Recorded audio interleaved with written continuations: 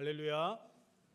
오늘도 거룩한 주일 이렇게 하나님 전에 나오셔서 예배드리시는 여러분의 삶 가운데 임마누엘의 은총이 늘 함께 하시기를 주님의 이름으로 축복합니다.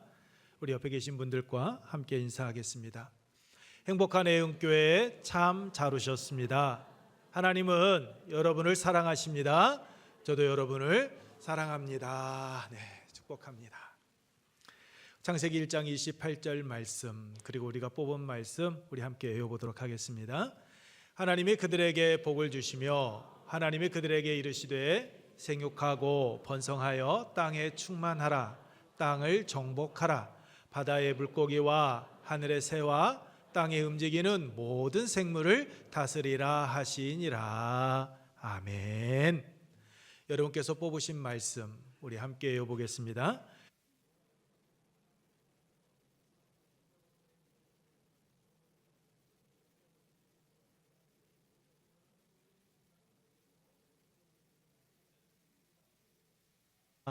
아멘.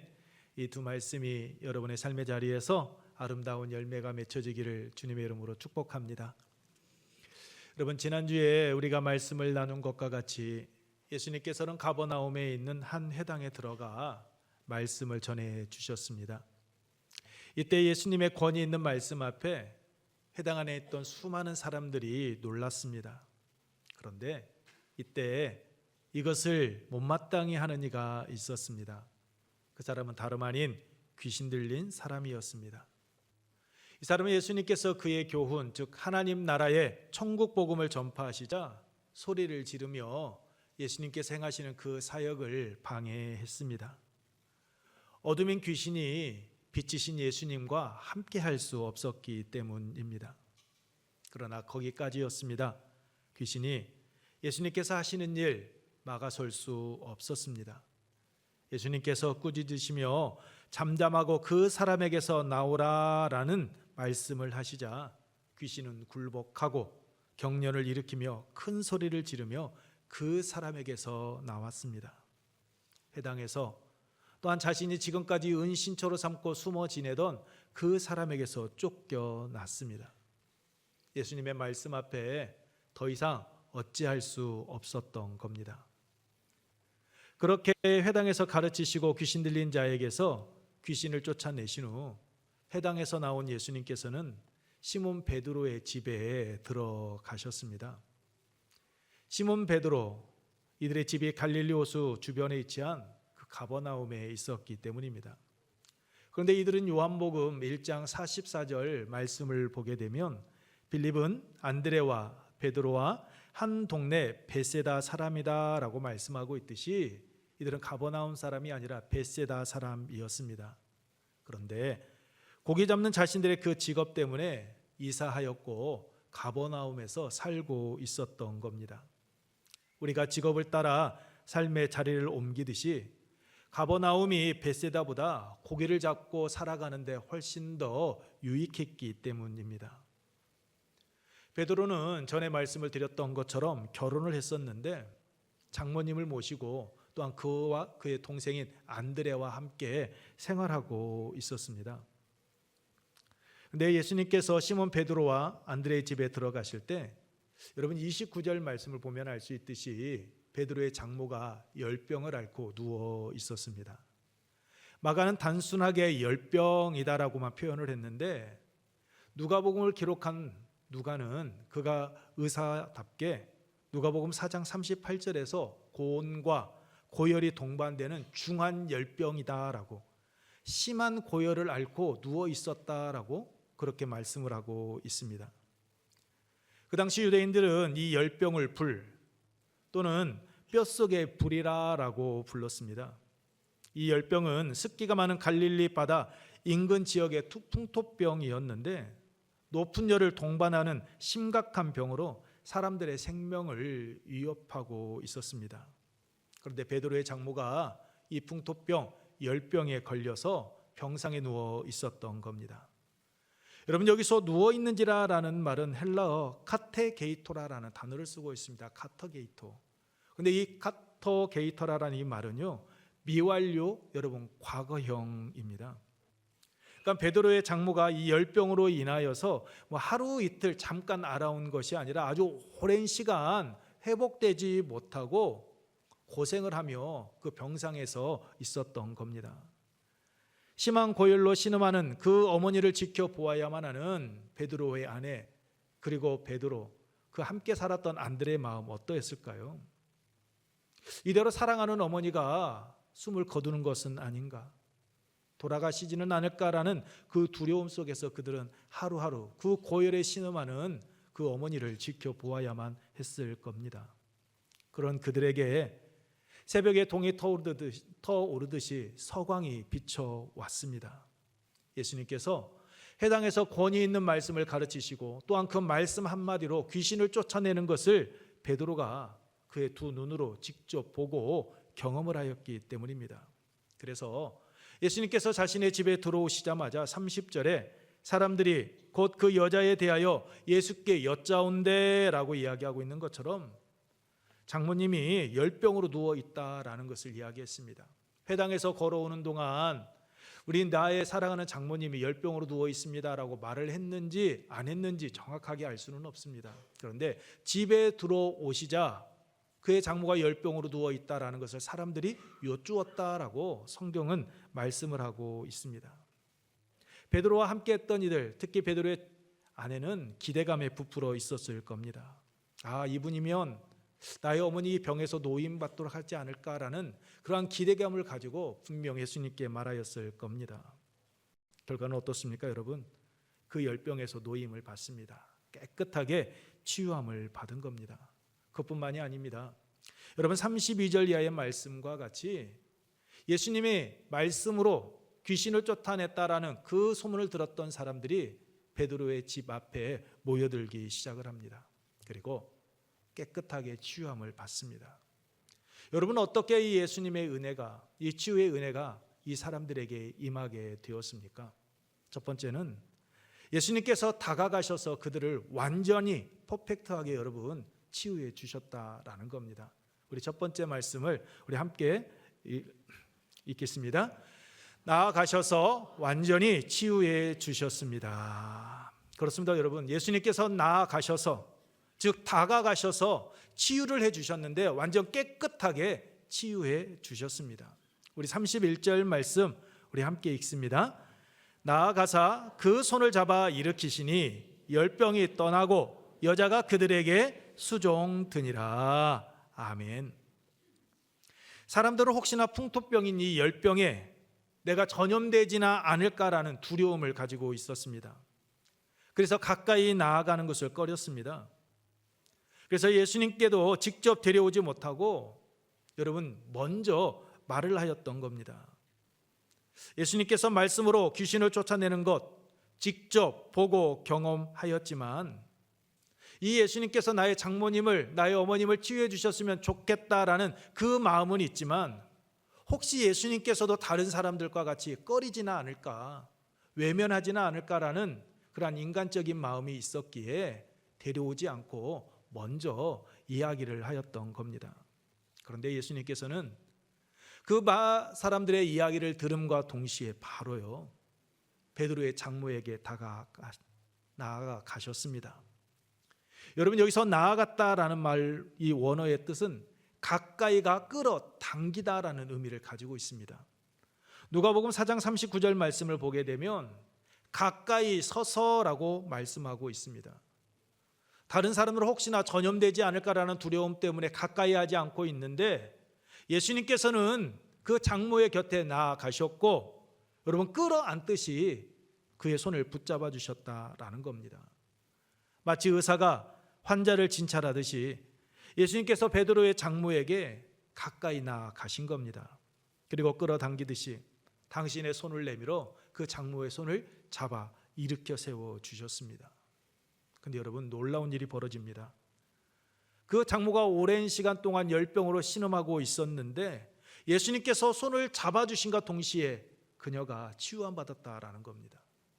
예수님께서 어떠한 말씀을 하셨거나 예수님께서 어떠한 행위를 한 것이 아닙니다. 단지 손을 잡아 일으켰을 뿐인데 그녀의 열병이 떠났다라고 말씀하고 있습니다. 여러분, 환자들이 아팠다가 낫게 될 때를 보면 여러분 어떻습니까? 단숨에 회복되어져서 나아가는 경우들도 있기는 하지만 결코 그렇지 않지요. 보편적으로 서서히 회복되어집니다. 어제 정북대 병원에 4개월째 입원해 계시는 우리 집사님과 통화를 했습니다. 어제 통화를 했는데 목소리가 다른 때에 비해서 굉장히 힘이 있으셨습니다. 참 좋았습니다.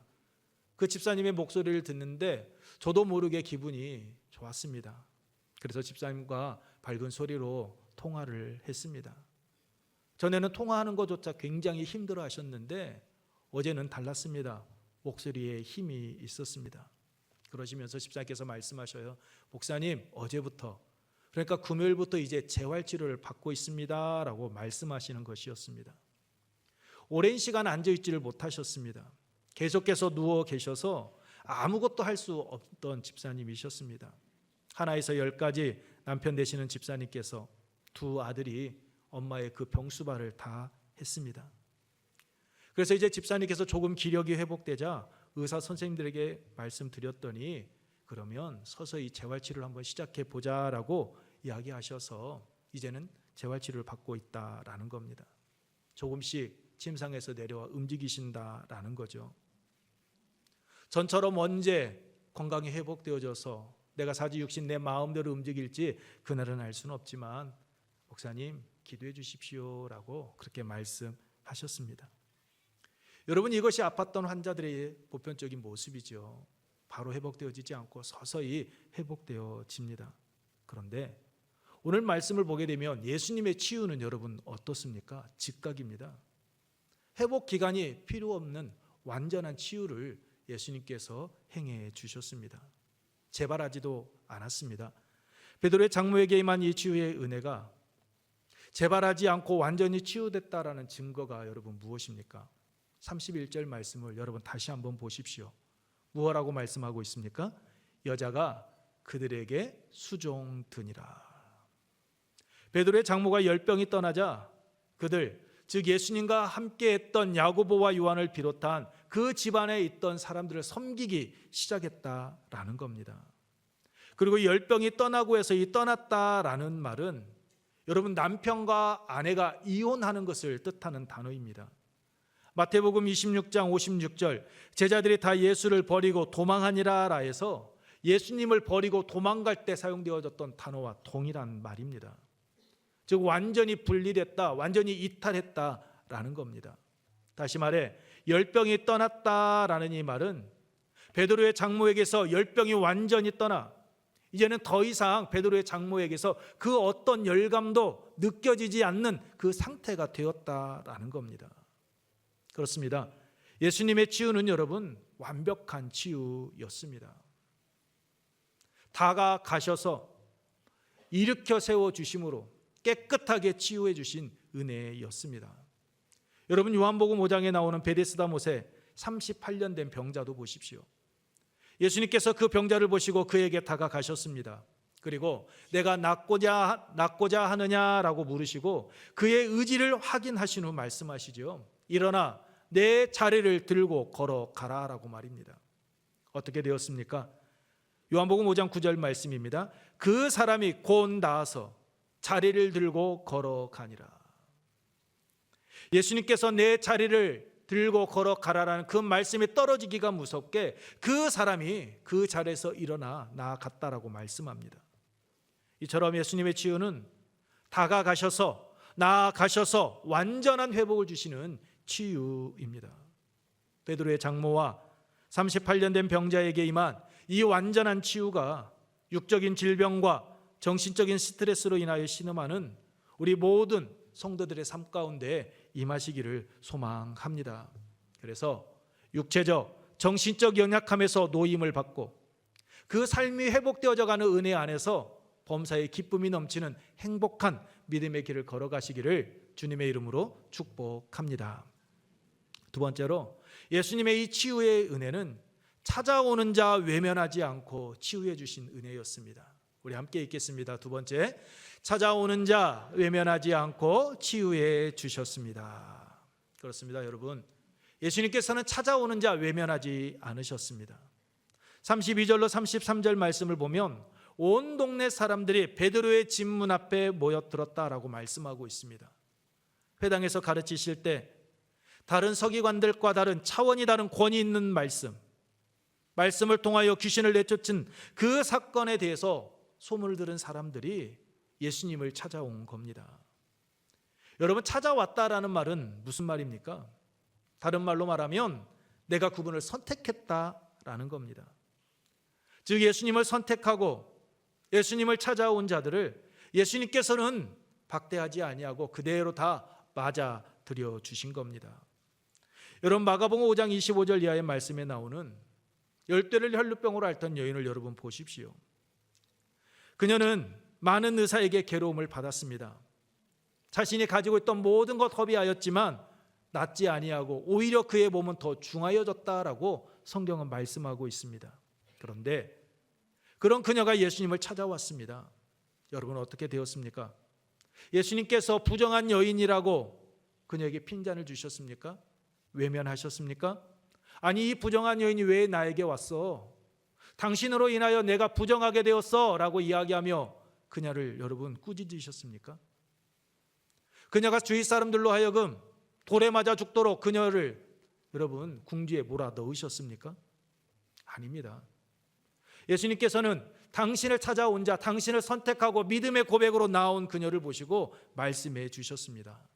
마가복음 5장 34절, 따라 내 믿음이 너를 구원하였으니 평안히 가라.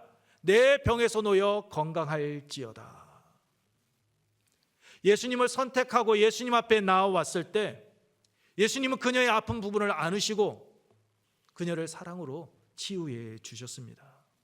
이처럼 예수님께서는 당신을 찾아오는 자들, 그 사람이 부정한 사람이든 그 사람이 이방인이든 그 사람이 죄 가운데 살아가는 사람이든 외면치 않으셨습니다. 그들을 안고 그들을 품어주시고 그들의 필요를 해결해 주시는 분, 그분이 바로 예수님이셨습니다. 오늘 본문에 나오는 사람들도 여러분 보십시오. 그들이 언제 예수님을 찾아왔습니까? 32절 말씀을 보게 되면 저물어 해질 때입니다. 하루 일과가 끝난 시점, 유대인들의 계산으로 보게 되면 이제는 하루 일과가 끝나고 새롭게 새 날이 시작하는 그때였습니다. 그런데 여러분, 이때가 언제입니까? 21절 말씀을 통하여 알 수 있듯이 예수님께서 안식일에 회당에서 가르치시고 또한 29절 말씀과 같이 회당에서 나와 베드로의 집에 여러분 들어가신 때입니다. 그러니까 안식일이 막 끝난 그 시점, 사람들이 예수님을 찾아왔다라는 겁니다. 이기적이라는 생각 들지 않습니까? 사람들이 너무한다라는 생각 여러분 들지 않습니까? 여러분, 자신들은 안식일을 지키기 위해서 예수님 앞에 나오지 않습니다. 지금 질병으로 신음하고 있습니다. 심각한 병으로 인하여서 고통 가운데 놓여 있습니다. 그런데 자신들이 안식을 지킨다고요, 법을 지킨다고, 율법을 지킨다고 예수님 앞에 나오지 않아요. 그런데 해가 딱 지기가 무섭게, 안식일 지났다, 이제 우리가 무엇인가 해도 된다, 그 생각을 가지고 예수님 앞에 나왔다라는 겁니다. 여러분, 예수님 쉬셔야 되는 시간 아닙니까? 해질 때입니다. 하루 일과를 끝내고 이제는 안식을 취해야 될 때입니다. 그런데 이들은요, 예수님 생각하지 않습니다. 자기 자신만 생각하고 예수님 앞에 나왔습니다. 그런데 예수님께서는 그 쉬셔야 될 그 시간에, 그 늦은 밤에도 당신을 찾아온 사람들 외면하지 않으셨습니다. 긍휼히 여겨주시고 그들을 고쳐주신 겁니다. 당신을 찾아온 그 사람들의 그 마음, 예수님은 헤아려 주신 겁니다. 마가복음 6장 30절에서 오병이어의 기적을 행하시기 전에 당신의 가르침을 받기 위하여 찾아온 그 수많은 사람들을 보고 목자 없는 양 같음으로 인하여 불쌍히 여기셨다라고 여러분 말씀하고 있는 것처럼, 목자 없는 양과 같은 그러한 상황 가운데 놓여있던 그 사람들을 보시고 예수님을 불쌍히 여기시고 그들을 사랑으로 안고 품어주셨던 겁니다. 그래서 32절 모든 병자, 33절 온 동네, 34절 많은 사람, 많은 귀신이라 라고 말씀하고 있듯이 예수님께서는 제한하거나 제한받지 않으시고 그들을 다 받으시고 여러분 치유해 주신 겁니다. 육신의 질병뿐만 아니라 그들의 마음의 병까지, 영적인 부분까지 예수님은 터치하시고 회복시켜 주셨습니다. 왜 그랬을까요? 마가복음 1장 15절에 말씀하고 있듯이 예수님께서 선포하신 하나님의 나라의 복음이었고 그것이 바로 예수님께서 이 땅에 오신 목적이었기 때문입니다. 하나님의 나라를 이 땅 가운데 세워가는 일이기 때문이죠. 그래서 자신들의 안위만을 생각하고 해가 짐과 동시에 몰려들기 시작한 그 모든 병자들, 그 귀신 들린 사람들을 예수님께서는 긍휼히 여기시고 깨끗하게 치유하여 주신 겁니다. 요한일서 4장 8절 말씀처럼 주님은 사랑이시기 때문입니다. 그래서 사랑이신 주님은 당신을 찾아오는 자들 외면하지 않고 그들의 아픔과 상처를 싸매시고 깨끗하게 치유하여 주신 겁니다. 주님의 이 사랑이, 주님의 이 긍휼히 여기는 마음이 오늘 이 시간 하나님 전에 나오셔서 예배 드리시는 여러분의 심령 가운데에도, 여러분의 삶 가운데도 임하기를 축복합니다. 그래서 주님의 그 사랑 안에서, 주님의 그 따뜻한 마음을 통하여서 여러분의 연약한 육체가, 또한 여러분이 받고 있는 정신적 그 스트레스 모든 것들이 깨끗하게 치유함 받고 여러분들이 안고 있는 그 모든 문제에서 해결받는 자유함을 얻는 우리 은혜 가족들, 여러분의 삶의 자리가 되기를 축복합니다. 말씀을 마치겠습니다. 여러분, 예수님의 이 치유 사역에서요, 이 치유의 은혜에서 우리가 잊지 말고 꼭 기억해야 할 것이 있습니다. 그것은 우리가 예수님에게 치유의 은혜, 우리가 안고 있는 모든 근심과 걱정으로부터 자유함을 받는 그 은혜만 사모해서는 안 된다라는 겁니다. 하나님의 은혜를 받았으면 그의 은혜에 합당한 삶, 그 받은 은혜가 삶의 자리에서 드러나야 한다라는 겁니다. 그것을 흘려보낼 수 있어야 한다라는 거죠. 베드로의 장모를 보십시오. 그녀는 열병이 떠나가고 난 후 그 자리에서 일어났습니다. 그리고 한 일이 무엇입니까? 31절 말씀과 같이 예수님과 함께한 자들, 그 집안에 있던 사람들을 섬겼다라고 말씀하고 있습니다. 예수님께서 고쳐주시기 전에는 주위 사람들의 도움을 받으면서 그 병상에서 힘겹게 이겨내고 있었습니다. 하지만 예수님에 의해 고침을 받고 난 후 그녀는 자리에서 일어나 이제는 자신을 위하여서 지금까지 헌신했던 이들을 위하여 섬기는 모습을 보여주고 있습니다. 봉사하는 사람이 되었습니다. 받은 은혜 감사하며 기꺼이 자신의 몸을 이제는 내어놓기 시작을 한 겁니다. 이것이 주님의 사랑으로 구원받은 자의 삶의 모습이고 여러분 성숙한 신앙인의 자세입니다. 저는 오늘 이 시간 하나님 앞에 나와 예배드리는 우리 예은의 가족들이 하나님의 은혜만 사모하고 하나님의 은혜만 받으려 하는 것이 아니라 하나님의 은혜를 내가 삶 가운데 받고 하나님의 말씀을 통하여 내가 깨달았다면 그 깨달음의 은혜 이제는 삶의 자리에서 헌신하며 드러내는 그러한 믿음의 길을 걸어가기를 소망합니다.